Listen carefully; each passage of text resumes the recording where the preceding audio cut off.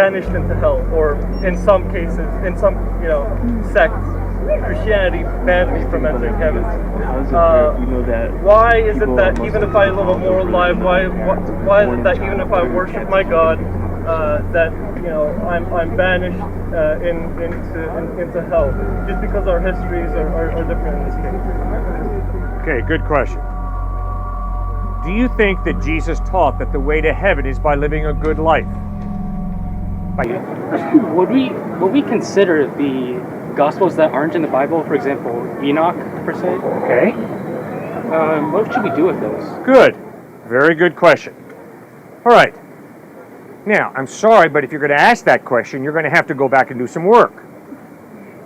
Okay? It's a great question, but what you're telling me is you are really concerned about some pretty technical questions. Great, but you're going to have to study. Sorry to tell you, it's not going to help you graduate from this place, but you're going to have to study that stuff if you're really thinking about it, right? All right, so you're right. There are a lot of Gnostic Gospels. Gospel of Thomas, Gospel of Peter, Gospel of Mary Magdalene. A lot of Gospels that were not included in the New Testament. How on earth did Matthew, Mark, Luke, and John get included, but not the Gospel of Thomas, the Gospel of Peter? When the New Testament was put together to 27 books of the New Testament, there were 3 questions that were asked. First question, was it written by an eyewitness or by someone who knew an eyewitness? Second question, was it accepted by the church around the world, Mediterranean, the known world of that time? Or was it just the church in Alexandria, Egypt that accepted it? It better be accepted in Alexandria, Egypt, Jerusalem, Antioch, Rome, around the Fertile Crescent there area. Third test, was the gospel orthodox? Meaning by that, did it hold to Genesis to Malachi as being the Word of God? Now let me tell you why those Gnostic Gospels were rejected. Because the point of the Gnostic Gospels is, you're not saved by grace. You're saved by gnosis, knowledge, special insider knowledge. Gnosticism was unorthodox, meaning by that, it contradicted Genesis. It taught that the God who created the physical world is evil. The God who created the spiritual world, really, really good. Yes, based on what I just told you, who is the hero in the Gospel of Judas? Who's the hero? If the physical is evil and the spiritual is good, according to Gnosticism, who was the hero in the Gospel of Judas Iscariot? It must be a spiritual one, sure. It was Judas Iscariot. Why would Judas Iscariot be the hero? Because what did Judas Iscariot do for Jesus? Got him nailed to a cross, which means his physical body was killed, but his spirit was released. And you see, that contradicts the Bible. The Bible does not say that your body is trash. The Bible says your body is a precious gift from God, and in heaven, you're not going to be a disembodied spirit. You're going to have a resurrection body, the same way that Jesus had a resurrection body. So that is why the Gospel of Judas, the Gospel of Peter, the Gospel of Mary were rejected, because they were usually Gnostic Gospels, which means they were based on Gnostic philosophy. In the end, the same sacrifices are made in my religion as well. Okay, but who sacrificed his life for you that can make you right with a holy, just God?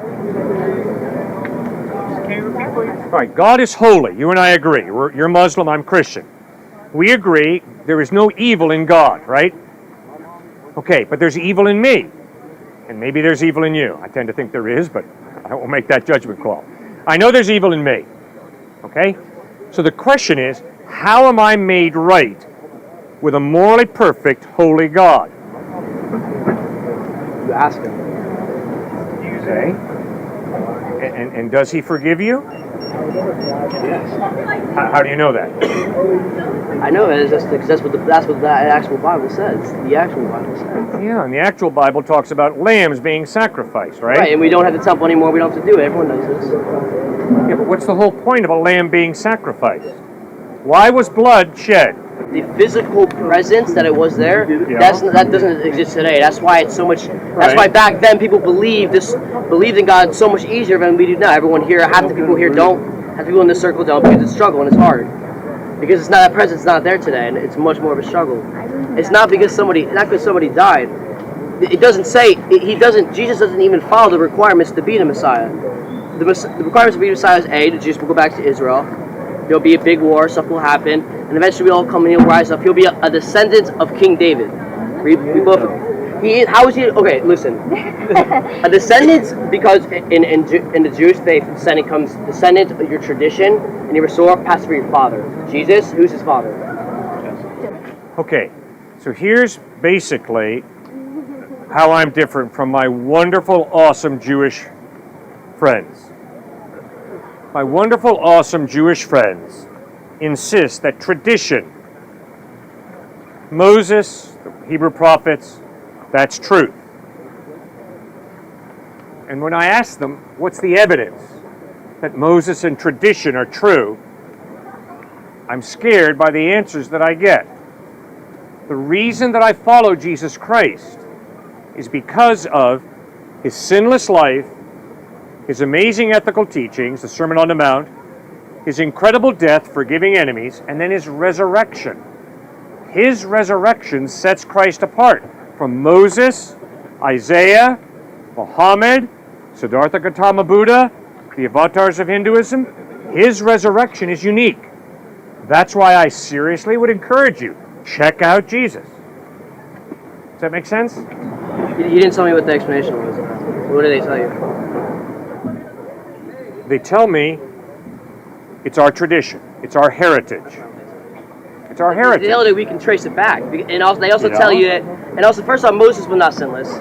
Moses killed a person, right? Exactly. He is the greatest prophet of all time. We both agree? No. I think Jesus is greater than What it Moses. said. You said Jesus is not a prophet. Jesus. Good. In that sense, correct. Okay. But and at the same time, there's other people in the Bible that didn't sin. No. The father of King David didn't sin. Jesse? You see, I don't know. Jesse the English. sinned. The father of King David? No. Yeah. It says specifically he did not sin. No, it doesn't. Yes. Okay. Well, Jesse didn't live a sinless life, and obviously David didn't. That dude was one royal sinner. No, David did not. But okay, didn't. Jesse first sinned, Okay. but Jesus Christ did not. That sets him apart as unique, as different. Muhammad sinned, and I respect Muhammad, okay? It's not like I dump on Muhammad. In fact, I love his one of his 5 pillars, give alms to the poor. I agree with him totally. In John chapter 8, Jesus looks in the face of his enemies and says, which one of you can prove me guilty of sin? His enemies are silent. A fine Jewish man, the Apostle John, who lived with Christ very closely for 3 years, in 1 John could write, in him is no sin. So that's what the eyewitnesses say. He didn't sin, which is kind of weird, because all the rest of us sin, but not Jesus. So that demands respect. It doesn't mean he's God, obviously, but it demands respect. And then when he claims to be God and then backs it up with an historical resurrection, wow, I really got to take this guy seriously. It's pretty impressive. Jesus has not filled any of the requirements to be the Messiah. Okay, good. You're right. He did not fulfill the kingly... No, he fulfilled the suffering servant prophecies, like Isaiah 53. He was the suffering servant who was crushed for our iniquities. But he did not, you're absolutely right, he did not fulfill the kingly messianic prophecies. He said that he would return a second time, and when he returns, it will not be as a baby born in a manger in Bethlehem. It'll be as the all-powerful God, and there will be a day of judgment, and there will be a heaven and a hell. So you see, now the question is, yeah, but Cliff, come on, where does the Bible say that the Messiah is going to come twice? Good question. It doesn't say he's going to come twice, but it also doesn't say he's just going to come once or 5 times. It is silent. So the Old Testament is silent regarding how many times Messiah is to come. Obviously what Jesus is claiming is he comes the first time to fulfill the suffering servant prophecies like Isaiah 53, but when he comes a second time, it'll be to fulfill the kingly messianic prophecies. And there will be a day of judgment, and it will be power, not someone getting nailed to a cross. Come out here, talk about your beliefs, say that Jesus is your best friend. What is that God? Good question. The starting point for me is, does any type of God exist? And so I look for evidence. And I got a truckload of evidence that God, some type of God, exists. So when I move from atheism to theism, then my next question is, well, what is this God like? Who is this God? And that's where I hit a brick wall. I'm not smart enough to figure out God. But guess what? I'm not smart enough to figure you out. The only way I'm going to get to know you is if you open up and reveal the truth about who you are to me. Well, the same thing is true with God. I'm not smart enough to figure out God. The only way I'm going to get to know God is if God chooses to open up and reveal. That's where Jesus Christ, Muhammad, the avatars of Hinduism come in. They all claim to be revealing God accurately, but they contradict. So then my question is, who's speaking the truth? And when I look at Jesus Christ, at his life, teachings, death, and resurrection, I say, there is evidence that he's reliable. So it's Jesus who reveals to me what God is like, that he's loving, just and holy, faithful, keeps his promises, merciful, all-powerful, all-knowing, and really loves me. And when I respond to his love in love, wow, life takes off. So this is more so a pursuit of knowledge in theology, to know yourself in a sense? Part of it, yes, well put. Self-awareness, yes. Okay. And that's what God is to you? Is part of yourself? I'm sorry. No, self-awareness is part of me developing a friendship with you, right? And it's also part of me developing a relationship with God. I got to know who I am in order for me to learn to adapt to you, in order to understand you, in order to trust you and forgive you, sacrifice for you. Well, same with my relationship with God. I've got to understand who God is in order to know how to respond to God. That make sense? Yeah. Fascinating question. What I meant when I said self-awareness is, I've got to understand that I'm a sinner in my relationship with you. Because if every time you and I have a problem, it's always your fault, I'm a twit. Right. It's relative perspective based. I don't think it's relative. Because I have a problem with you, you have a problem with me, then it's relative in that context. Okay. But to you, my problem is not your problem, so on and so forth. Okay. Here's how I build a relationship. Part of it. If I do you dirty, if I steal from you or gossip about you or am mean to you, in order for our relationship to continue, I think I have to acknowledge that. And I think I have to come up to you and say, man, I did wrong. Could you find it in your heart to forgive me for that wrong? I do a lot of marriage counseling, and what's really scary for me is when a husband and wife can't ask for forgiveness. They're always blaming the other guy, the other spouse. I mean, that just destroys a marriage, because we all hurt each other. So we better be able to ask forgiveness of each other, otherwise our relationship's going to blow up. If I'm always blaming you, well, the same thing with God. I got to have the humility to ask God for forgiveness. Otherwise, I don't think I'm going to be able to know God. That's what Jesus taught.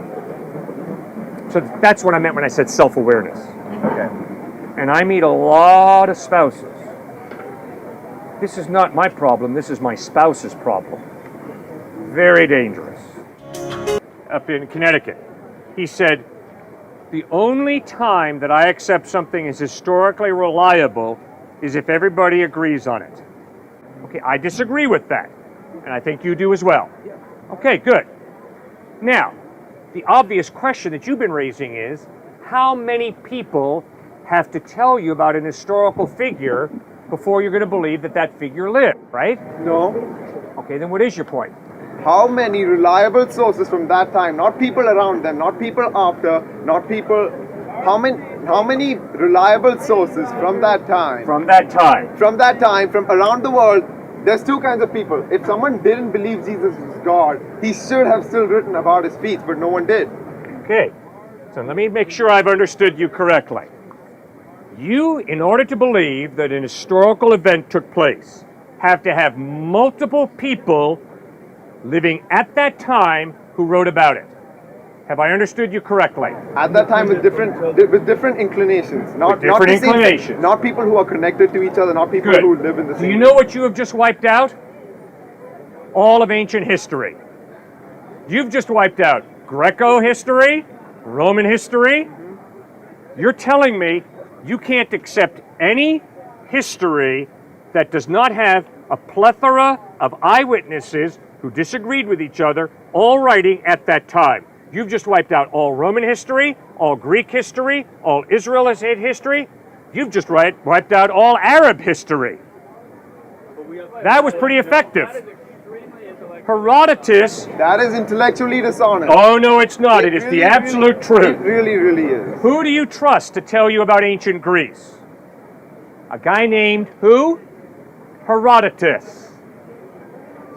Who do you trust? And who are all these other people who wrote about, who were at that time? And Herodotus wrote about events that were hundreds of years before him. Hundreds of years. How do you find out about a guy named Alexander the Great? Because you have a bunch of eyewitnesses who were Alexander the Great's buddies who wrote about him? No, sir, you do not. You see how naive you guys are when it comes to history? There's archaeological evidence There is archaeological evidence with the Bible too. that Jesus existed. Archaeological What you actually have is one individual claiming that 500 people saw the resurrection of Christ. And if your burden of evidence for believing something is you can't prove it's not true and one person said it, I could believe anything. I could believe absolutely anything. I could believe in the tooth fairy because if someone wrote that the tooth fairy existed and he said that 500 people saw the tooth fairy exist, that would be precisely the same amount of evidence that exists for the resurrection of Jesus Christ. All right, we're going to have to start at ground level here, ground zero. There is a difference between scientific knowledge and historical knowledge. Scientific knowledge is based on the repeatability of an experiment. If you prove something scientifically here at UT, but you cannot show it in London, England, in a lab, it's not science. Science is based on your ability to repeat the experiment that taught you something.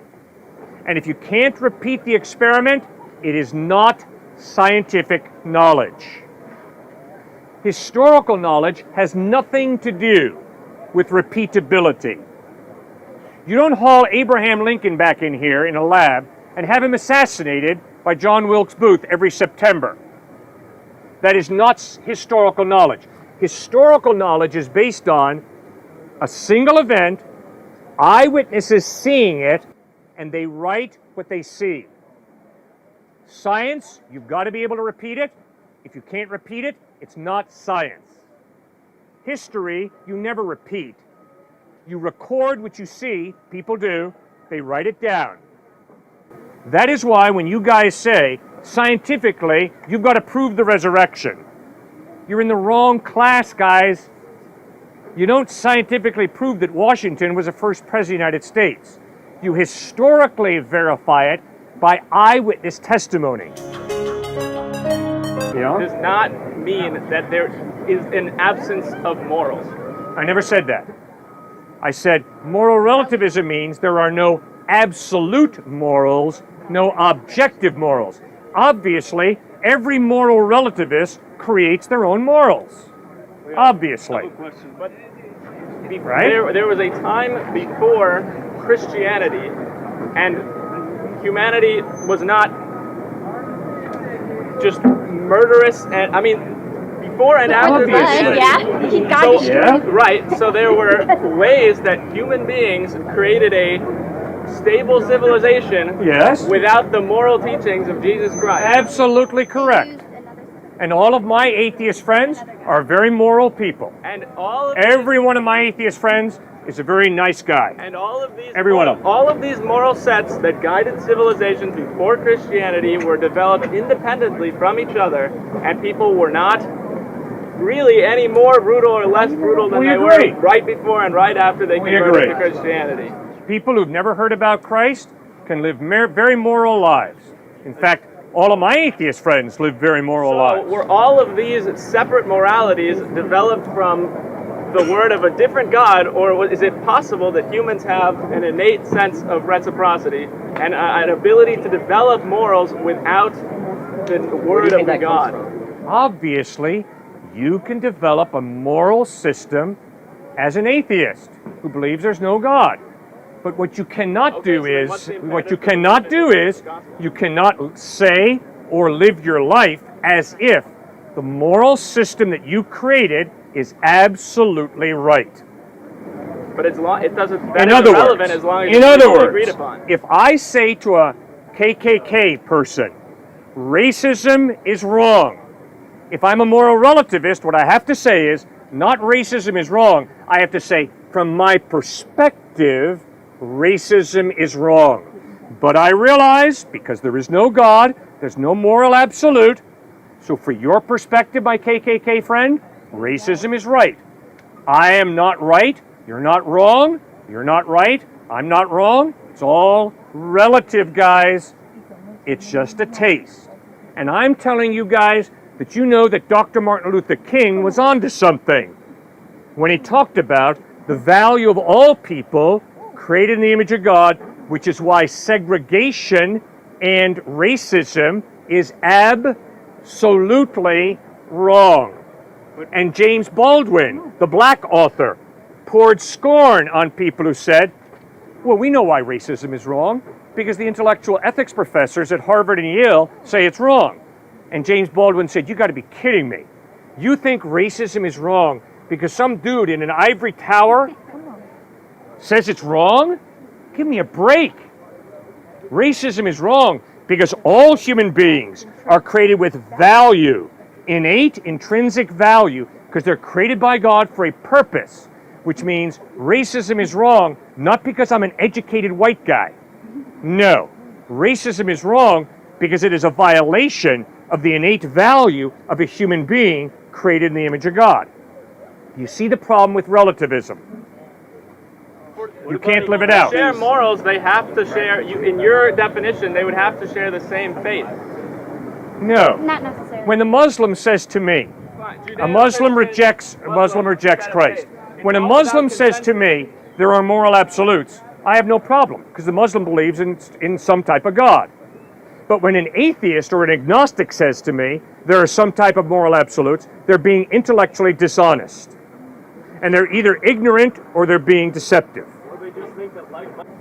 I know people that know Hebrew because I've learned it from my father before that, from my father before that. Good. Right, passed down for tradition from Sinai. Right? At Sinai, Jesus was not mentioned. Everything was given up there and brought down. Yeah. So you said 500 people discovered Christ. And what happens to them? They all die? 500. So you understand what we're saying is that now we cannot ask these 500 people what happened. Did you see this? No, because they're not there anymore and we don't know who they are. But with 3 million people at Sinai who received the Torah from God, I can trace that back. I can trace myself back to those 3 million people with the specific names, all the way back to Moshe Rabbeinu, back to Moses.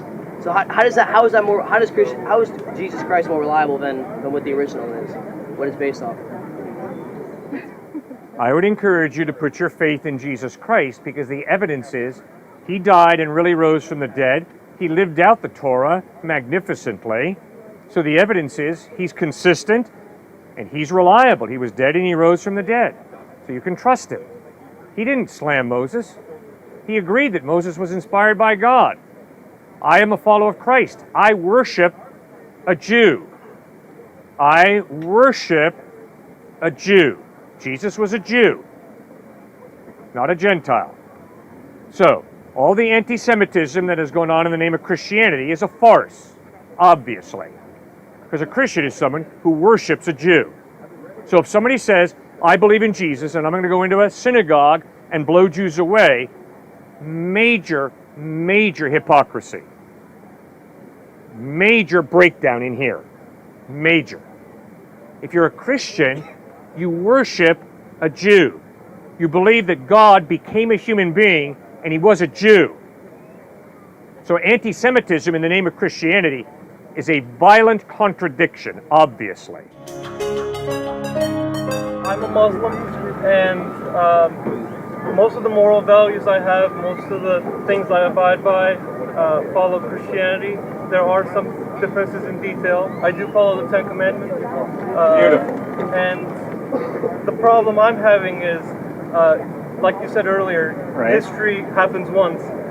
And Thank you. The problem here is your history and my history change in various parts. And just because I don't believe that Christ or Jesus was, God or part of our God, I'm banished into hell. Or in some cases, in some sects, Christianity bans me from entering heaven. How is it that Why is it people that must even if have I live a moral life, why is it that even if I worship my God, that I'm banished into hell just because our histories are different in this case? Okay, good question. Do you think that Jesus taught that the way to heaven is by living a good life? By keeping the Ten Commandments? Do you think that's what he taught? I guess, yeah. No. See, if you can go to heaven by keeping the Ten Commandments, why did Jesus get nailed to a cross? He didn't need to, right? You see, what Jesus claims is, although I have tried to keep the Ten Commandments, I have failed. I have blown it. I'm not this great person that I wish you would believe that I am. I am a sinner. And according to Christ, I cannot work my way to heaven by working in a soup kitchen trying to do penance and make up for my bad lifestyle. Instead, I need God's grace, which is his undeserved love, forgiveness, and generosity. When Jesus was dying on the cross, two thieves were hung on either side of him. The first thief turned to him and said, "Come on, buddy, get us off these crosses, and then we'll believe in you." The second criminal turned to the first criminal and said, "You fool, we bleed and die here because we deserve it. But this Jesus, he's the innocent, holy, pure Son of God." And the second criminal looked into Jesus' face and said, "Remember me when you come into your kingdom." Now right there, it's all on the line. Jesus could have looked the guy in the face and said, "No problem, but first, you will get down and you will feed the hungry, clothe the naked, and do a bunch of good deeds." He didn't say that. Instead, he said, "I tell you the truth, today you'll be with me in paradise." That's grace. Undeserved, unmerited, unworked for love, forgiveness, generosity. So either Christ is wrong, that the way to heaven is through his grace, or he's right, that I can never work my way to heaven by being a good guy and keeping the Ten Commandments. Instead, the way to heaven is through the sacrificial death of Christ on a cross to pay the penalty for my breaking the Ten Commandments. Now, when I receive God's grace, I'm a hypocrite if I don't struggle to obey him. And so you coming into this culture will meet Christians, quote unquote, who have accepted Christ, put their faith in him, but they live like the devil. Don't believe him. When you put your faith in Christ, if your faith is genuine, you will struggle to change, and with his help, obey the Ten Commandments, obey the Sermon on the Mount, live that quality of life.